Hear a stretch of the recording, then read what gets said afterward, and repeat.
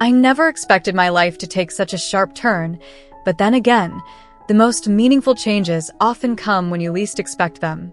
It started with a simple, nagging feeling, a whisper in the back of my mind that grew louder every time I caught my reflection in the mirror. There was something missing, something unfulfilled, like I was living someone else's life. For years, I had played the part of the dependable office worker. Button-up shirts, khakis, a neatly trimmed beard, and a polite but distant demeanor. My coworkers knew me as quiet, efficient, the kind of guy who never complained and always met deadlines. But beneath that carefully constructed facade, there was another version of me, one that I only allowed to surface in the privacy of my apartment. It began with small things, a stolen moment trying on a scarf that felt too soft, too delicate for the person I pretended to be. Then it was a pair of tights hidden in the back of my drawer, slipped on when no one was around. The first time I saw myself in a dress, something inside me clicked, like a key turning in a lock I hadn't even known existed. The reflection staring back wasn't just me. It was her, the person I had always been but never let myself become. But the weight of the double life grew heavier. Every morning, I packed away that fragile, hopeful part of myself and stepped back into the role of the dutiful employee. The contrast became unbearable. The more I indulged in those private moments, smoothing out a skirt, applying lipstick with trembling hands, the more the office felt like a prison. The fluorescent lights, the stiff collars, the way my coworkers casually called me man or dude without a second thought, it all grated against my soul.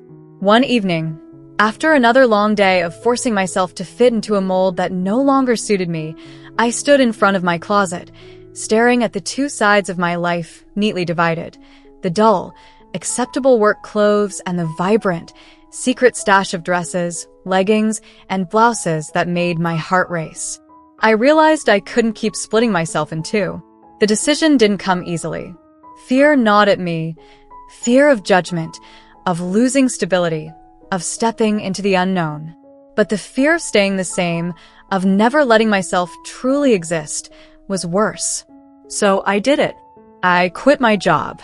Handing in my resignation felt like shedding a skin. My boss was confused, my coworkers shocked. I gave them the usual excuses, needing a change, pursuing other opportunities, but the truth was burning inside me. I wasn't just leaving a job. I was stepping into myself. The first few weeks were terrifying. Without the structure of work, I had nothing to distract me from the enormity of what I was doing. I spent hours experimenting with makeup, learning how to shape my brows, how to walk in heels without wobbling. I ordered new clothes online, each package feeling like a gift to myself. Slowly, the person in the mirror began to align with the person I had always imagined. Going out in public for the first time was a milestone I'll never forget. My heart pounded as I stepped outside, half expecting stares or whispers. But the world didn't end. A cashier smiled at me. A stranger held the door open. Small, ordinary moments that felt extraordinary because, for the first time, I was being seen as me. Of course, it wasn't all smooth. There were awkward encounters, moments of doubt, times when I wondered if I had made a mistake. But even on the hardest days, there was a quiet certainty beneath it all, a knowledge that I was finally living honestly. I started documenting my journey online, half as a diary, half as a way to connect with others who might be feeling the same way. To my surprise, people responded. Messages poured in, some from curious onlookers, but many from others like me, grateful to see someone else taking the leap they were too afraid to attempt. Eventually, I turned my passion into something new. I began writing, then creating videos, sharing not just the glamorous moments, but the raw, unfiltered reality of transition. It wasn't about becoming someone else. It was about uncovering who I had been all along. Looking back, quitting my job wasn't just an act of rebellion. It was an act of survival. I didn't just leave a workplace. I left a life that no longer fit. And in doing so, I found something infinitely more valuable, myself. The road ahead is still unfolding, but for the first time, I'm walking it with my head held high, in the right shoes, finally as the woman I was always meant to be. The days turned into weeks, and the weeks into months, each one a step further into a life I had only ever dreamed of. At first, I moved cautiously, testing the waters, a touch of mascara at the grocery store, a feminine cut sweater instead of my old hoodies. But with every small victory, my confidence grew. I started to recognize the woman in the mirror not as a fleeting illusion, but as me. Hormones became the next turning point. Sitting in the doctor's office, my hands trembled as I signed the consent forms. It felt surreal. After years of longing, I was taking concrete steps toward the body that matched my soul. The first dose was anticlimactic in the moment, just a pill, a tiny thing, but it carried the weight of 1,000 unspoken hopes. Changes came slowly, subtle at first, my skin softening, my emotions blooming in vivid new ways. I cried more easily, but they weren't just tears of fear or frustration. They were relief, joy, the sheer overwhelming truth of finally moving toward myself. Clothes became an obsession in the best way. Where I once hesitated over a blouse, I now reveled in textures and colors, learning what suited my shape as it evolved. Thrift stores became treasure hunts, each visit a chance to discover some forgotten gem, a vintage dress with delicate embroidery, a pair of heels that made me stand taller in every sense of the word. I purged my old wardrobe piece by piece, donating the last of my male clothes with a sense of finality. There was no going back, not that I wanted to. Social transition was harder. Telling my family was a storm I'd braced for, but no amount of preparation could soften the blow for some of them. My mother cried, not angry, just confused, mourning a son she thought she'd had. My father barely spoke to me for weeks. But then, one evening, my mom showed up at my door with a small wrapped box. Inside was a silver necklace, delicate and understated. "For my daughter," she whispered, and in that moment, I knew she was trying. Not everyone came around, but the ones who mattered did. Friends were a mixed bag. Some faded away, uncomfortable with the change. Others surprised me, like Mark, my old college roommate, who showed up one day with a bottle of wine and said, "So, do I call you girl now, or what?" In that same teasing tone he'd always used. We laughed, and it was normal, and that meant everything. Dating was complicated. I dipped my toes into online spaces, cautiously disclosing my transness up front to avoid the sting of rejection later. Some responses were cruel, some indifferent, but then there was Elena. Our first date was at a quiet cafe, and I spent hours agonizing over my outfit, my makeup, the way my voice sounded. But when she smiled at me across the table and said, "You're beautiful," without a hint of hesitation, something inside me settled. She saw me, really saw me, and that was a gift I hadn't known how badly I needed. Financially, things were tight for a while. Freelancing was unpredictable, and some months I survived on rice and optimism. But I didn't regret leaving my old job, not for a second. Eventually, my online presence grew.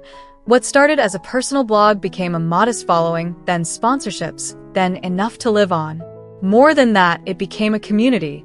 Messages from strangers saying, "You gave me the courage to try," or "I finally came out because of you," made every struggle worth it.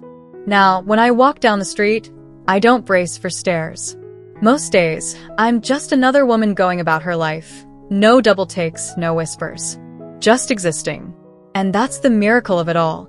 The ordinary, unremarkable freedom of being myself. I don't know what the future holds. Surgeries, maybe, or new dreams I haven't even imagined yet. But for the first time, the unknown doesn't scare me. Because now, no matter where I go, I'll be me. And that's enough.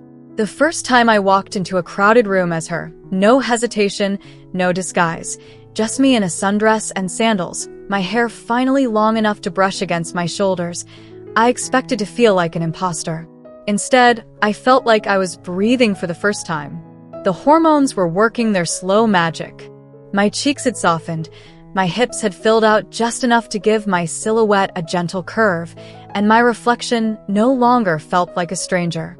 I still had moments of doubt, mornings where my jawline seemed too sharp, my shoulders too broad, but they were fleeting. Most days, I caught glimpses of her in shop windows, in selfies, in the way people addressed me without a second thought.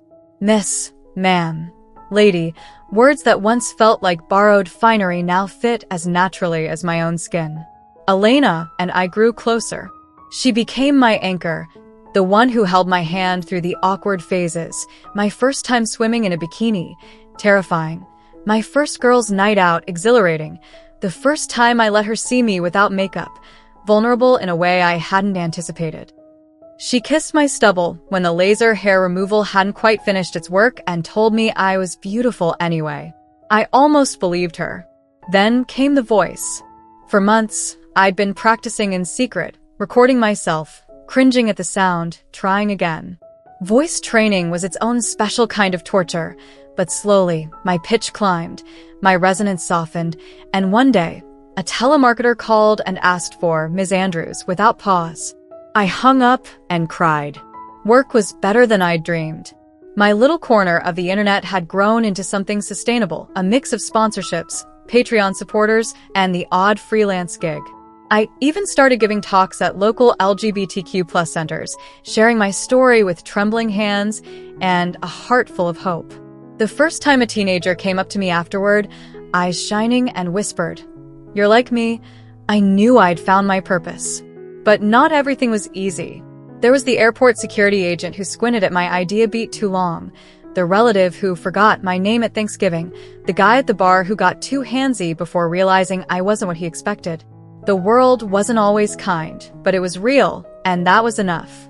Then, one ordinary Tuesday, I looked in the mirror and didn't see a transition. I just saw me, a woman with messy morning hair and yesterday's mascara smudged under her eyes.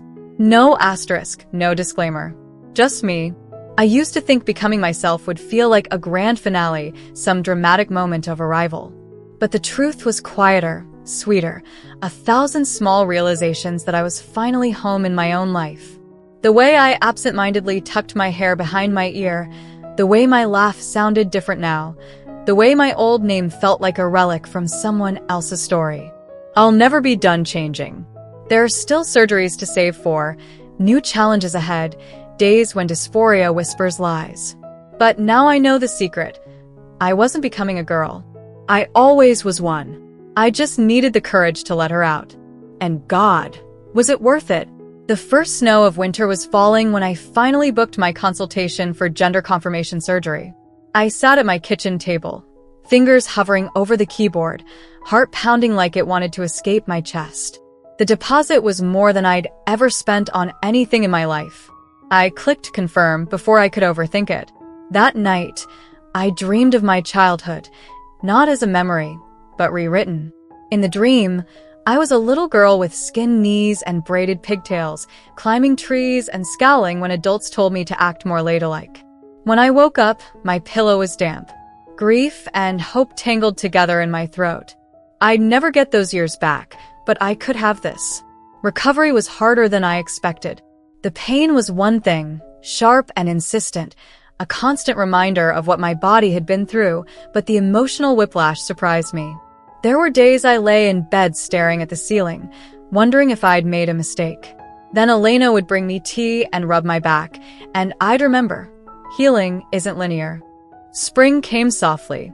I started taking walks again, slow at first, then longer as my body allowed. The world felt different, not because it had changed, but because I was fully present in it now. No more compartmentalizing, no more waiting for my real life to begin. This was it. My online following had grown enough that a small publisher reached out about a memoir. Me, a book. I laughed at first, then stayed up all night drafting an outline. The writing poured out of me, not just the transition, but all of it. The childhood confusion, the years of hiding, the dizzying freedom of authenticity. When the advance check arrived, I used part of it to buy my first designer dress, a deep emerald green that made my eyes pop. The day I got my updated birth certificate in the mail, I sat on the floor of my apartment and sobbed. One piece of paper shouldn't have held that much power, but it did. It was proof. I existed. Elena proposed on a random Thursday. No grand gesture, just her kneeling on our ratty living room rug with a ring she'd made herself, a thin silver band with a tiny sapphire. "I know it's not fancy," she said, "but neither are we." I said yes before she finished speaking. We married in the backyard of a friend's house. My mother helped me into my wedding dress, ivory lace with cap sleeves, and when she fastened the buttons at my neck, her hands lingered. "My beautiful girl," she whispered. My father walked me down the aisle, stiff in his suit but trying. That meant more than I could say. Life settled into a rhythm. Work, love, lazy Sundays in leggings and oversized sweaters. The big milestones gave way to small, ordinary wonders. Being called ma'am at the DMV, a stranger complimenting my nail polish, realizing I'd forgotten what my old voice sounded like. Last week, I spoke at a high school LGBTQ+ alliance. A kid with shaky hands and smudged eyeliner asked me, "Does it ever stop feeling impossible?" I told him the truth. No. But one day you'll look up and realize you're already doing it. Tonight, as I write this at my kitchen table, hair piled in a messy bun, wearing Elena's stolen hoodie over my nightgown, I think about that first dress I ever bought, hidden like a secret under my bed. I wish I could tell her, that terrified woman in the mirror, how good it gets, how the fear doesn't vanish, but it stops mattering, how the world expands to make space for you if you let it. The kettle whistles. Elena calls from the living room, asking if I want tea. In the window's reflection, I see us, just two women, ordinary and happy, living a life we built one brave choice at a time. It was worth it, every single step. Thank you so much for watching till now. It means the world to have you here. This community is all about empowering each other and celebrating the incredible journeys of everyone on their path to living authentically. If you're ever feeling lost or alone, remember you have a whole family here for you. Hit that subscribe button, smash that like button, and let's keep inspiring each other, sending you all the love and strength in the world. Until next time, live your life by your rules.